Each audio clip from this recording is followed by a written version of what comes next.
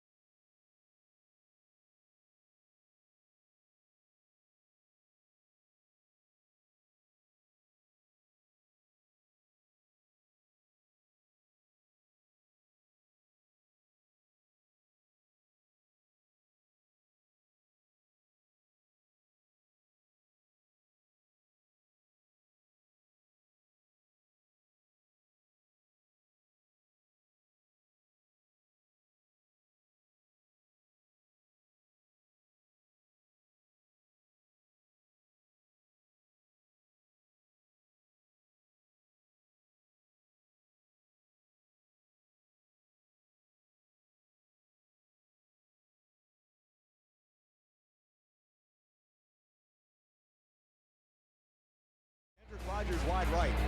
Weidemeyer on the left side of the line, Rennick on the right wing. Kellen, keep, touchdown Aggies! Love it. Kellen Mond would account for 5 touchdowns in the 49-30 win over Mississippi State last Saturday. So we continue with the Jimbo Fisher Radio Show. It's presented by Capital Farm Credit. We want to remind you that Aggies Can will once again take place. It will be this Saturday at the UTSA football game. All fans who donate a canned good or give a monetary donation will receive a coupon for a free Whataburger while supplies last. Thanks to KBTX and Whataburger for their support of Aggies Can. We heard the Kellen Mond touchdown. We thank you for being here at Rudy's. Thank you for joining us on Facebook Live and all along the Texas A&M Football Network with Jimbo Fisher. I'm Andrew Monaco. Kellen, you used the words sharp, decisive, accurate. He looked like he was in total command on Saturday. When your mind's in right and you understand what's going on, people, say, boy, look better mechanically, look better fundamentally. When you're processing the information, you're seeing things are flowing, your body and your mind react, and you see that. But he's been putting in a lot of work. I think he's had 2-3 really good days already this week in practice. This gets better and better in his confidence. And the guys around him, but people saying, well, he was great. But you know what? The guys around him were playing really good. So that allows him to play really good. Yeah. That's the old adage, and this is a team sport. By far the hardest position in all sports to play is quarterback. There's too many multiples and variables that go on. But they get too much glory, too much blame. They do. And sometimes they get the blame when other guys make mistakes. Mm-hmm. And they get glory when other guys make. But that's all part of it. And that's the way the game is played. And when they were right, he was right. It was in the flow. They were making decisions. Then guys started, and it kept building and building. And, he's playing really good football right now. You knew that Mississippi State was going to come after you. He got rid of that ball quickly. Oh, they were a blitz team now. They're a huge blitz package team. They were a year ago. They have been. The coordinator there, Shoup, has been around a long time. That's his style. He makes you make plays. He makes you have to not just sit back there and relax, and he put pressure on. And our guys got open. As people say, guy can't handle the blitz. Well, if nobody gets open, it's real hard to handle the blitz.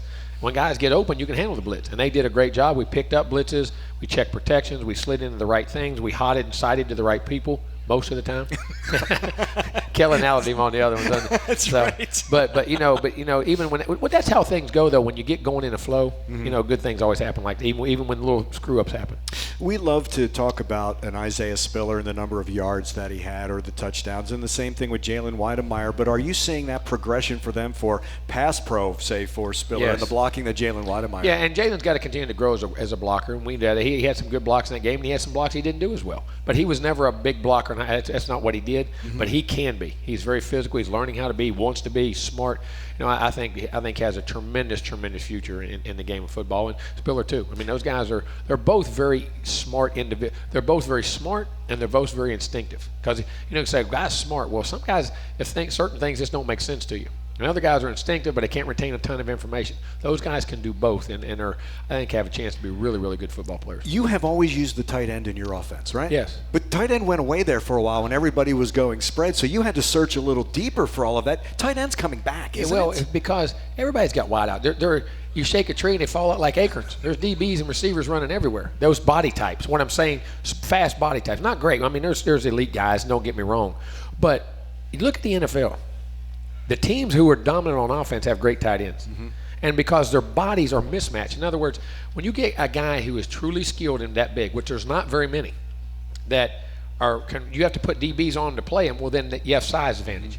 Or if they put linebackers on, then you have athletic advantage. And there's certain linebackers. That's why those freak linebackers like Lawrence Taylor and those guys like that they could run and do all those things. But those body types, they're not just around everywhere, right, that have the ball skills and things, and they create mismatches, and then that allows your receivers to even be better. Mm-hmm. And when you got great receivers, which that's why you recruit, across the board. We've had some teams where every skill guy we put on the field was a first-round guy, mm-hmm. or a second-round guy. When you do that, it allows your matchups to really be successful. And when you have a certain, I'll call him a hybrid, you can split that tight end out off the line. And so if they play you in nickel, well, you can be physical and run at them. They play you with big people, you can spread them out and make them cover. So, you can dictate the pace of the game and how things go. Yeah, I'm glad it's back. I like the pro style, to tell you the truth. But you say, here's what's the thing. If you look at all the spread offense, mm-hmm. it's the same concepts. Everybody just says it's spread to have something new to say. And what the biggest difference it is, to be honest with you, is the protections. You don't have the multiplicity of protections to be able to protect the quarterback and be able to get to it. That's the biggest thing in the pro system. With the spread, were offensive linemen taking that step back to block as opposed to in that pro set you almost have to fire out? No, in your pass pro, you're still setting back. It's just you have more when you have tight ends and backs in the backfield, the multiplicity of blocking combinations can go up. When you only have the 5 linemen in a back or no back, there's only so many options you can do. And people who really can play defense can really get to your quarterback and hit you. Now you got to get it out, throw hot sights. I mean, it's a cat and mouse game, and we run a lot of spread stuff. We can do everything spread does. We can do anything pro does. And like do both. When you add that second tight end in a Ryan Reneke, who is a walk-on, who has just been terrific to see him on the field. Let me tell you something. You have no idea how good he's played the last 2 weeks. And I mean this. Let me tell you something. All the little things, knowing how to play, how to set edges on those quarterback runs and take air out of things to give more air, being a backside cutoff blocker, being a frontside guy, little routes and things. I mean, really, really instinctive football player, and he's playing good football right now. Doesn't matter if you play 2A Iola, right? Doesn't matter at all. If you can play, you can play. No, they can play anywhere. That's exactly right. And he will be part of our pregame show. Will Johnson had a chance to sit down with him. You'll love to hear that this Saturday at 10 o'clock, our CHI St. Joseph Health pregame show. We will continue with the Jimbo Fisher Radio Show. It's presented by Capital Farm Credit. Come on back to Rudy's. This is Aggie Football from Learfield IMG College.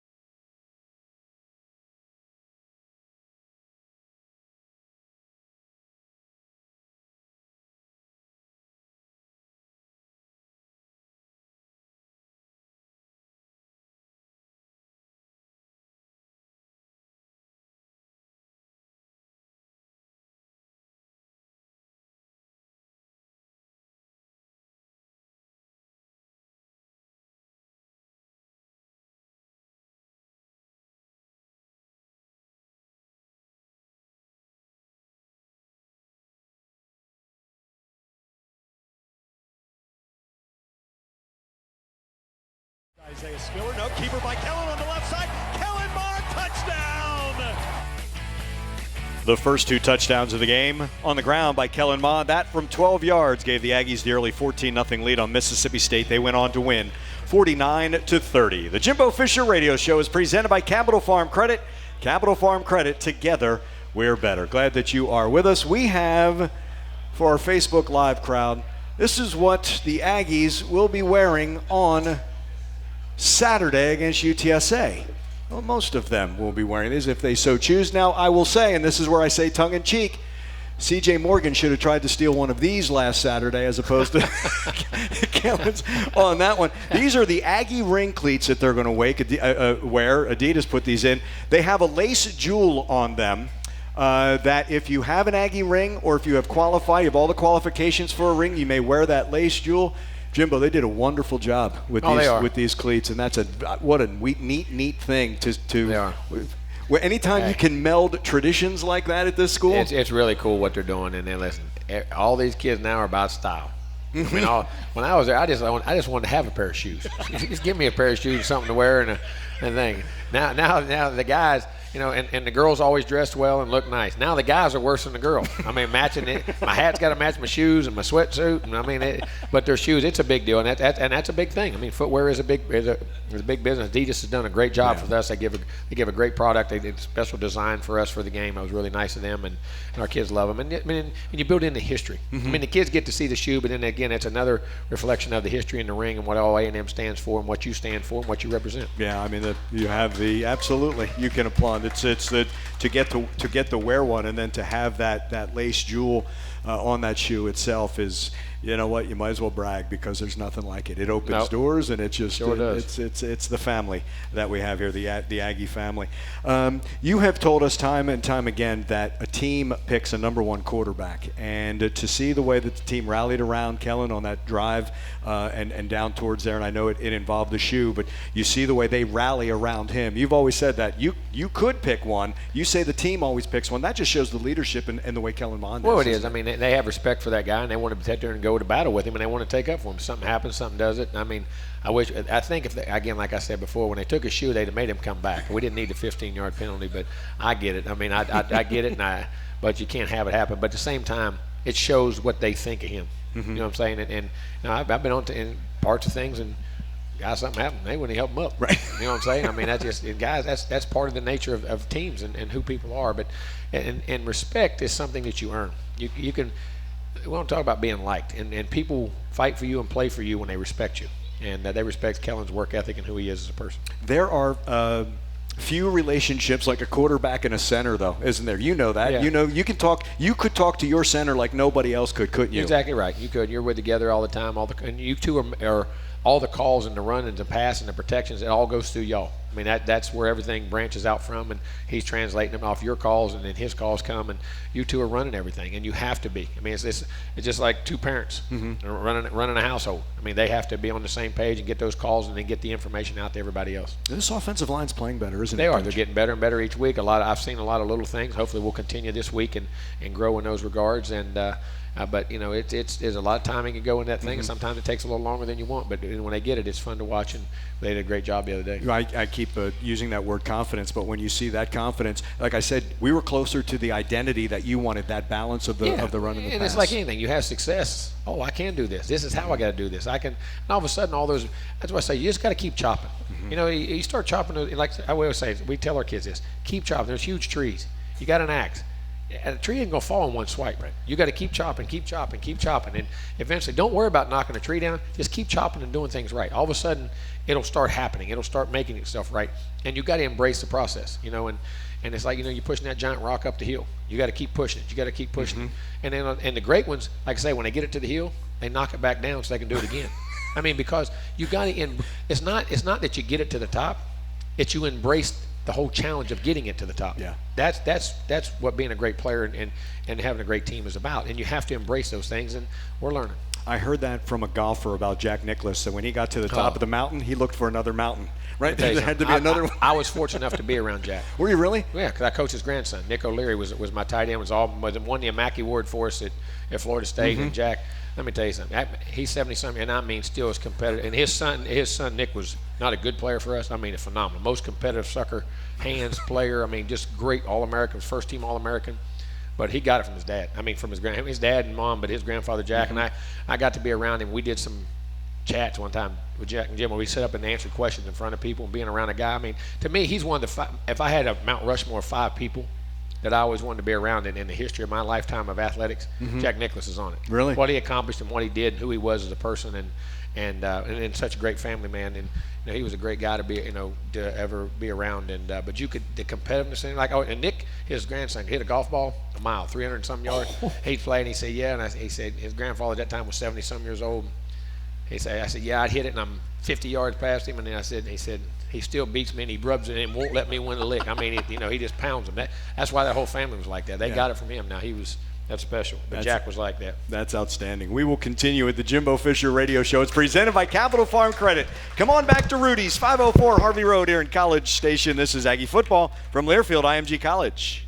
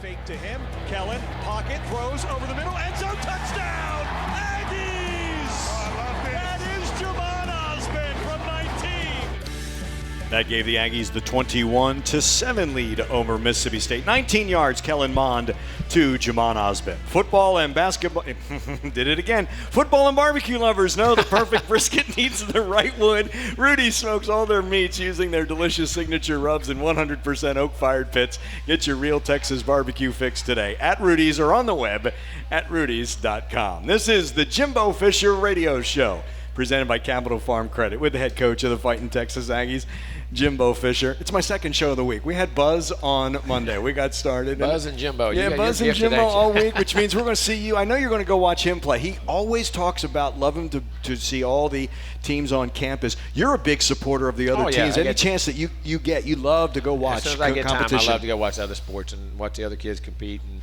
see, and that's what I love about everybody when he eats over at McFerrin, in our offices and things, and get to see all the different athletes and speak to them and interact with them. I mean, it's not just about ball. It's this whole experience, and we got a lot of great teams, a lot of great coaches here. I had an inkling about Buddy Johnson this season from a couple of basketball players. Savion Flagg and J.J. Chandler are friends of his, and they were talking about Buddy's going to have a monster year. I love when athletes. Why didn't you tell me? I guess they hadn't run into you at Slocum, but it was just, they were saying that when athletes appreciate other athletes, especially from other sports, because they know exactly what they're going for. Well, but you can also tell when a guy has turned it on and he's gotten serious. I mean, guys, you put in work, but then are you getting it done?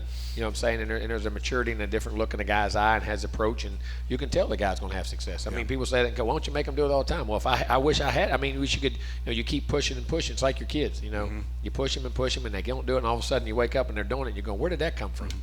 You know what I'm saying? Yeah. But I mean, that's kind of what you're doing with them. And Buddy's done that, and been learning a whole new position, doing a great job. Right, an entirely new one. And I will say it again, to have an Anthony Hines who did not have an entire season last year to come back and have the impact that he's having playing alongside. You have a little more depth at that linebacker position. We do, and you got to have plenty, because those guys, linebackers, are on some of your special teams and the wear and tear on their bodies and what happens to them. But it's a big load. You were talking about the athlete being able to see that. Also, the coaches here at Texas A&M, something special. Jimbo, getting a chance to talk with them, whether it's been in the Ford ride-alongs, the one thing that comes back time and time again, almost all of them say, is the message has to be consistent.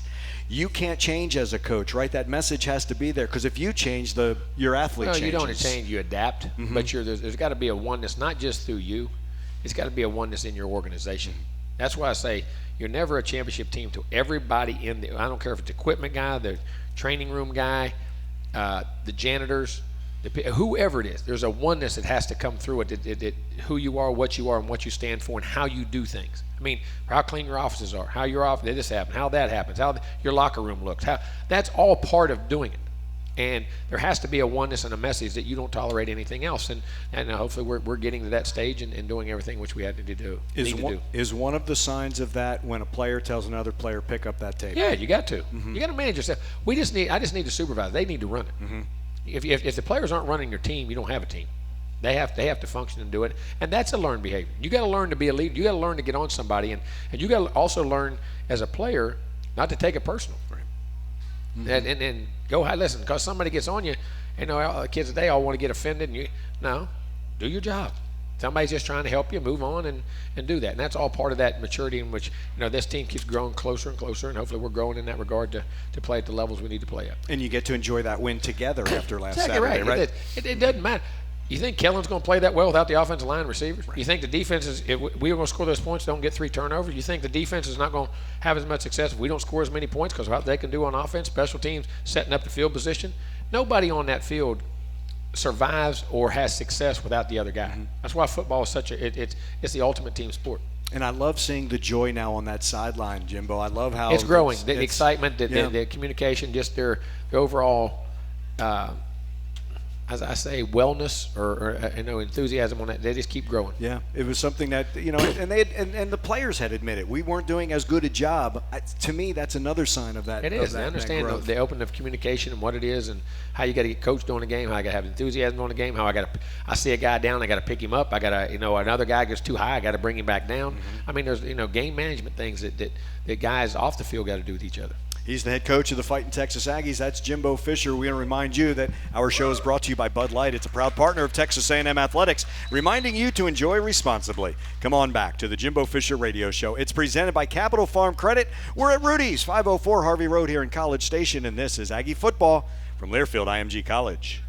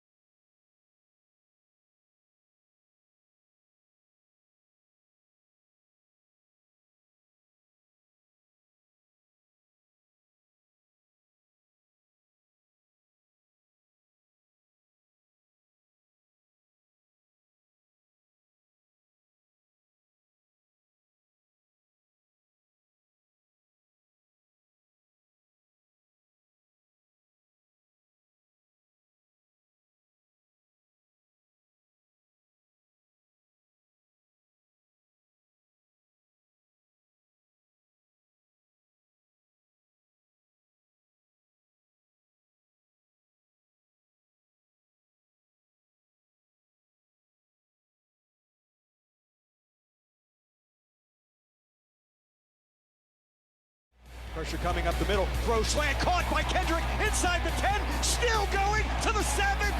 No, he's not down yet. He's in the end zone for a touchdown. He never touched the ground, kept his balance, spun, put his hand down, went into the end zone. Touchdown, Aggies. Still not sure how Kendrick did that. That was a heck of it was a great effort. His balance, body control, and strength now. It was a heck of a play. Man, that was absolutely something. You had that touchdown. You had Jalen Weidemeyer with a catch, and they could not get him on the ground. And that's what you got to have. Like I say, starting to make those plays, breaking tackles, at yak yards that you can coach yards and get plays, but you got to have yards that aren't coached. And when I mean broken tackles, make guys miss, athleticism, great players doing those things, and keep growing as players. And when you're going to have great teams creating those big plays. Those were terrific plays in that win over Mississippi State. It is question time, Coach, and that means Ian Curtis has a question for you.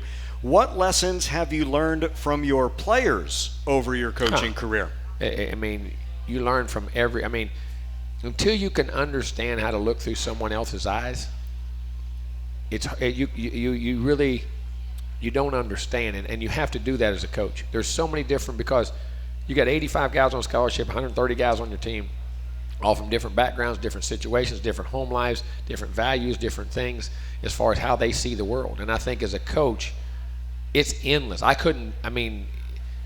Unbelievably how people look at things, and things that you would take for granted as normal things that other people don't, things that you think are a given that aren't, things that you think are important that aren't. You have to look through somebody's eyes. Mm-hmm. And I always said that, and I tell this story all the time. Greatest lesson, my dad. When I was a little kid, I might have been 5, 6, 7 years old, and I think there was a homeless guy, and had some.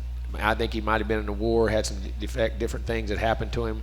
And I'm a little kid, and I'm looking, and he's we're up in town, and I'm kind of snickering and laughing, and all of a sudden, bam, boom, right in the back of the head. Mm-hmm. He said, "What you laughing at?" Why? I said, "Well, that guy's funny." He said, "Well, maybe you look funny to him." And I never thought. He said, "You understand something? You don't laugh at anybody till you understand what they see out of you. When you see through their eyes, what they think is important, what you think is important, and all those things." And when you get with kids, it's amazing. You're mad at a kid. He missed a practice. He did this. He missed a play. And you go in and you sit down and you figure out why he did it, what happened. People say, "Well, get rid of it." No, it doesn't work that way. Mm-hmm. There's so many different reasons for why people do things. And as a coach, your job is to try to, change the behavior. Understand what is right, tell them what's wrong, how to deal with it, change the behavior, make something happen. Getting rid of, everybody makes mistakes. We all do. We all make mistakes. Nobody's perfect in this world. You own up to them and you move on. And as a coach, it's amazing how many times I've walked in a meeting, furious at somebody. Had them come in my office and walked out and felt like, well, you were the dumbest man on God's earth. Because of what you thought, how you did it, the way you looked at it compared to what he did it and what happened and why it happened. And other times it didn't. You got to learn you got to be able to sort through the bull a little bit. It's like every kid. You get about 80% of what's right, and the other 15% you got to search for it. A lot of times. But at the same time, as a player, it's just because there's so many different backgrounds, people, economic backgrounds, social backgrounds, religious background. Just how people look at the world. Mm-hmm. And that's the thing about that makes, to me, this country so great is you have the diversity. You got to understand it, but there's got to be a common set. And you got to unify. As a football coach, you got to find a way to pull all that together. Mm-hmm. And you learn every day by different things from your players, and values, importance, and everything else. Tons of things. Your dad taught you empathy, right? Yeah, that's what it was. It's like, hey, you ain't have all the answers. You ain't all right. Other people did just because you look different, they be different, taller, shorter. It doesn't make you right. Right. You both can be right. Yeah, absolutely. The head coach of the Fighting Texas Aggies, that's Jimbo Fisher. We will continue. Gritty is an absolute game-changing provider of electricity. They're giving Texans access to wholesale electricity with no markups, all for a membership of just $9.99 a month. We continue with the Jimbo Fisher Radio Show. It's presented by Capital Farm Credit. This is Aggie Football from Learfield IMG College.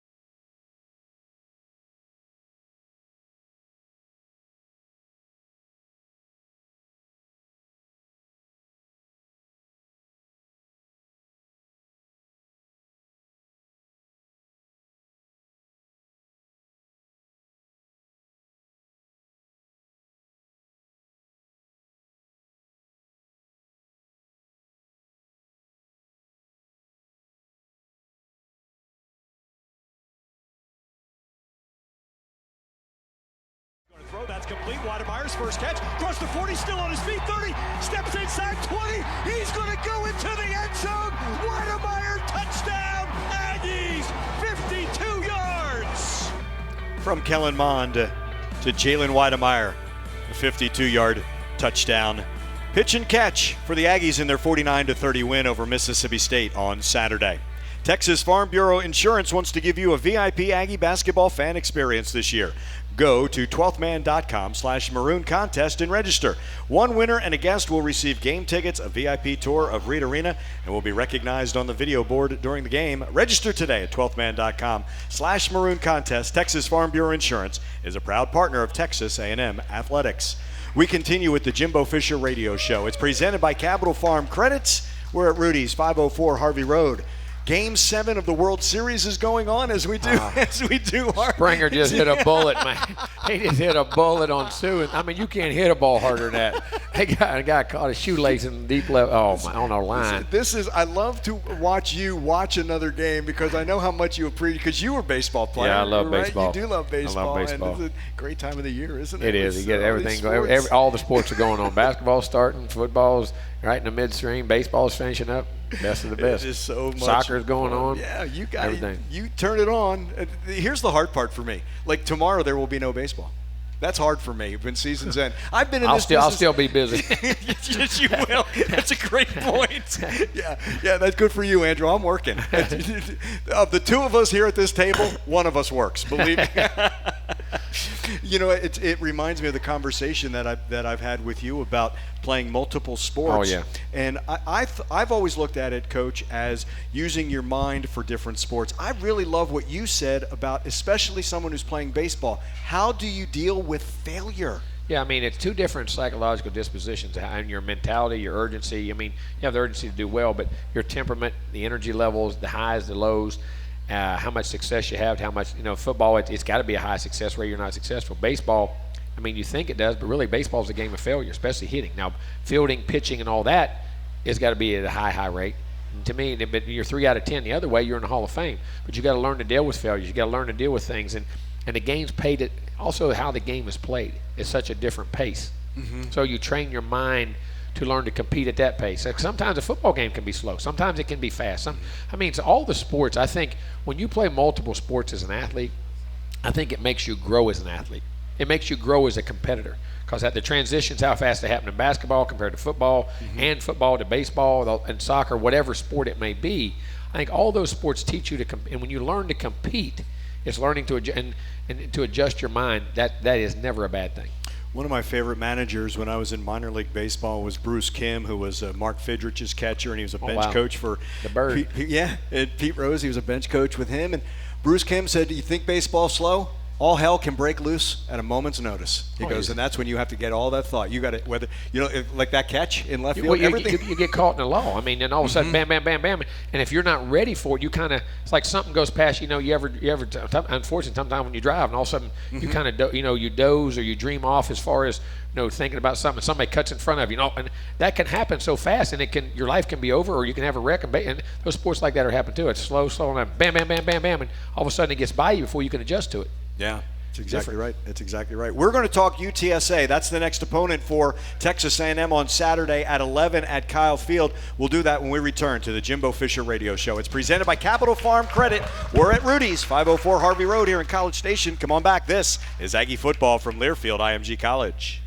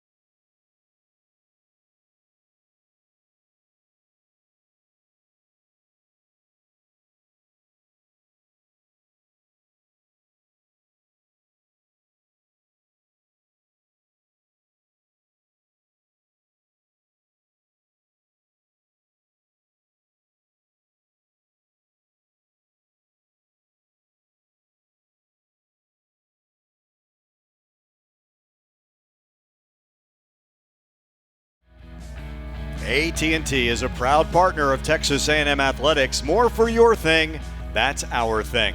We continue with the Jimbo Fisher Radio Show. It's presented by Capital Farm Credit. We're at Rudy's, 504 Harvey Road here in College Station. A little programming reminder, we will not be with you next Wednesday. It is a bye week, but it's also the Fighting Texas Aggies men's basketball game. Buzz Williams and the crew taking on Northwestern State at Reed Arena. We will be there. We're giving Coach a break, but we're back in 2 weeks. You better believe it. On Saturday at 11 o'clock, the Aggies take on the UTSA Roadrunners, and their head coach is Frank Wilson. If you follow college football, you know that Frank Wilson, a big reason for success was when he was on a number of staffs, including LSU. He replaced Larry Coker, who I thought was a great first choice for UTSA to get that program up and running, and they handed it off to someone who can flat out recruit and get some talent. I know they're struggling a little bit, but he's got some young players, but Frank Wilson, I think, is the right guy there at UTSA. Oh, there we go. He's a great guy. I've known Frank a long time. Back when I first went to LSU, he took a O'Prairie Walker team out of New Orleans to a school that had really struggled, and took them over and won state championships and did an unbelievable job. We recruited a lot of his players. We loved him then, knew he was going to be a great coach, because he was a great college coach, and then became a assistant, became a head coach, but a great person. Great person, really good guy. Known him a long time. Got a really good relationship with his kids, and it's nice to see them getting a little pipeline to the NFL as well. Yeah, they do. I mean, like I say, last time we played them was 26-13 or 26-16. The game was here. I mean, they had a first-round draft pick. I mean, Frank knows how to coach. They got good players. They'll be ready to play when we come in here. We need to play a great game, and they're coming in here ready to get on us. They have it's their backup quarterback because they lost Frank Harris to a shoulder. He's out, but they can run the ball with Sincere McCormick. Well, and they can. And the quarterback was a big-time recruit out of St. Which I recruited a kid named Corey. Played at LSU with first-round pick out of St. James High School. Oh, really? Yes, that's out of his same Narcisse, out of that same high school. We recruited him at Florida State. It was a great player. Yeah. I mean, and that school has always produced players. He was a big-time player. Went to LSU and transferred over, wanted to be a quarterback. We recruited him as a quarterback / athlete running back. I mean, he could do a lot of things, and he's a very, very talented young man. They will challenge you. They show that you were talking on Monday. They're going to challenge you with the looks that you're going to get on offense and defense. Oh, no doubt. I mean, there multiple blitz looks on defense, shifting fronts, doing things. Offense, the different play actions and things they do. Special teams, they fake punts, they do everything. I mean, they're a well-coached football team, been around a long time, and we have to play very well. We need to, and because it's the next game, and I know who our opponent is, and we have to play well. But this team has a very good team. They can come in here and we need to play well. And you talk about the stacking. You not only stacking the wins together, but stack that you keep that momentum of playing well on Saturday, practicing well. When you practice well, you got to get in a routine. What you do daily, we all have routines and habits, and we need to do that. And hopefully we'll continue to practice well this week, so we'll play well on Saturday. We will get the final thoughts from the head coach of the Fighting Texas Aggies, Jimbo Fisher, when we return for the final segment of the Jimbo Fisher Radio Show. It's presented by Capital Farm Credit. This is Aggie Football from Learfield IMG College.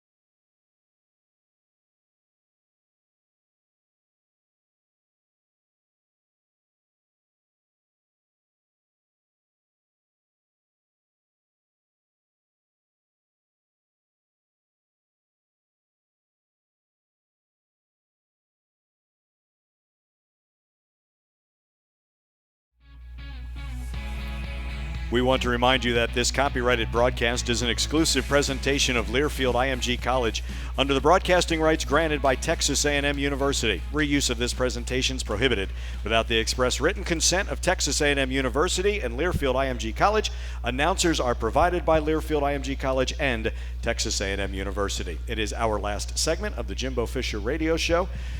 Everyone stay warm first and foremost. I know it's going to get a little colder. Enjoy Halloween tomorrow. It's always been a fun time of the year. It is. I love seeing the kids all dressed up. Yeah, I see them come by and get the candy and look, and then it looks on their face. It's awesome. Yeah, and awesome. I know there's some adults out there like to sneak a little candy. Oh, yeah, and send the kids up there and then steal the candy. That's right. I know. It's almost how this show is, Jimbo. Have you ever noticed that everybody out there in the audience will, sometimes every week will send a kid up to get everybody going? You know, you can all come up and see Coach. You don't have to send that. You're right, but there's nothing like seeing the look on a kid's face when he has joy and happiness, and you only get to be a kid once. Wish I could go back and do it again. I'd go back in a heartbeat, Coach. Not even think about it. I would go back in a heartbeat. So on Saturday, another early game, that 11 o'clock kick, 11:03 will be the kickoff. As I ask you all the time, what are the things that you want to see for the Aggies to get a win over UTSA? Well, I want to see us come out of the blocks and play well like we did. I always talk about the 3 eyes. Immediacy, intensity, intelligence, and things we have to play with, and then of course the consistency and that mental focus to do the things you have to do, and take care of the football, create turnovers, make big plays, stop big plays, and third down and red zone, and those things happen. But just the big thing is to stay focused and get better as a football team. Play together, play as unity, have fun, enjoy the game, compete at a high level, understand, remember why you're here, and the things that you get to do because we're blessed to be here, and you've earned that right. Mm-hmm. They've earned that right to be here, and somebody sacrificed for them to here. So take advantage of that and have fun and play and represent the A&M family and everybody the right way, and put a great product on the field. Always fun when you can get those turnovers. Those were huge. They are. Mississippi State make a big difference. That's to have those in different ways, and I love to see everybody, all these different people contributing, if you will. You have a Devin Morris in his new role, and you talked a little bit about him, and this goes back to that depth. And it's I was going to say next man up, and that's exactly what it is. Sometimes it's next fresh man up. You say we're so and so. He's practicing. He's doing well. They keep getting better. They keep growing, and all of a sudden they get an opportunity. The kids say, "Well, I'm waiting to play." Well, you're going to mess up, because if you're waiting to play, when your opportunity comes, you're not going to be ready. You got to prepare to play. Even when you don't see just keep practicing, keep chopping, and all of a sudden, somebody gets hurt, an opportunity comes. All of a sudden, you take advantage of it. You never look back. That's life. I mean, the opportunities come in life very quickly. Opportunities come in ball and everything you got very quickly. Be ready for them. Take advantage of them. Jump on them and move on. We've had some guys do that really well. They really have it. Whether it's been through injury or some other things, they have been ready. Didn't feel sorry for themselves. No. Life doesn't reward you, and this game doesn't reward you. Isn't that the truth?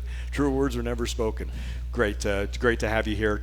Again, you stay warm. Have a great tomorrow for the Halloween. Hope it's a wonderful time, and you get a lot of people at that house. Can't wait to see you on Saturday and beat the hell out of UTSA, Coach. Thank you very much. You got a wonderful evening. He is Jimbo Fisher. He's the head coach of the Fighting Texas Aggies, who will take that 5-3 mark into Saturday's game against UTSA. Non-conference game, but they are 3-2 in the SEC's West. We will be with you at 10 o'clock. The CHI St. Joseph Health pregame show will get things started with my partners Dave Elmendorf and Will Johnson, and then we will have the start of that game at 11, the kickoff at 11:03. We hope that you join us along the Texas A&M Football Network. The producer this evening from our Learfield IMG College Studios, Abby Klatt. Our engineer here at Rudy's is Kevin Menchow. For the head coach, Jimbo Fisher, I'm Andrew Monaco. Thank you so much for joining us. This has been the Jimbo Fisher Radio Show. It's presented by Capital Farm Credit, and this is Aggie Football from Learfield IMG College.